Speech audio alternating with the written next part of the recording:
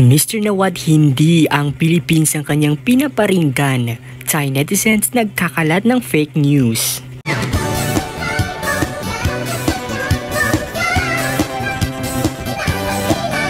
Mag-subscribe ka na! Hello pageant lover, hello Grand Nation, welcome to my YouTube channel. Nagbihagay pahayagang National Director ng Miss Grand India na si Nikhil Anand ukol sa kumakalat na fake news. Dahil pinaratangan ngayon nila ang mga taga-Thailand na nagkakalat ng mga fake news na mas pinapaboran daw ng India organization ang Miss Universe kaysa sa kandidata nila na si Miss Grand India na si Rachel Gupta na kasalukuyang lumalaban ngayon sa Miss Grand International 2024. Ayon sa Thailand Pageant Nation, wala daw suporta na nakukuha si Miss Grand India.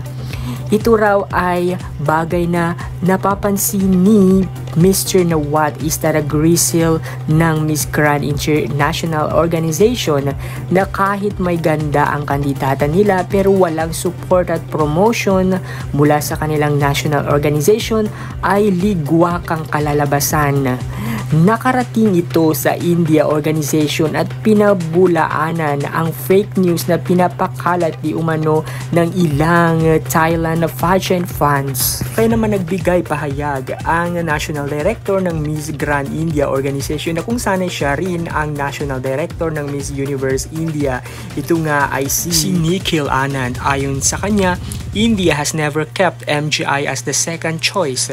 And if someone has followed my social media, my team has been working all the time for voting or for media promotions.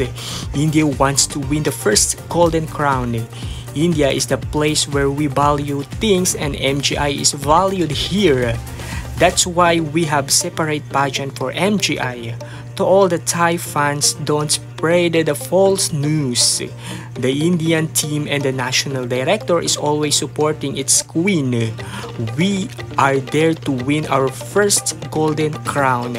And if we perform the best, hopefully, we will celebrate our win the biggest possible way. Kaya naging panatag ang mga Pinoy pageant fans dahil hindi pala Philippines ang tinutukoy ni Mr. Nawat sa kanyang live na paglalahad niyang may bansa na magaganda ang mga beauty queens pero hindi pinopromote ang kanyang pageant. At dagdag pa nito ay ipapanalo niya lang raw ito kung nakikita nito ang halaga ng Miss Grand International sa kanilang bansa.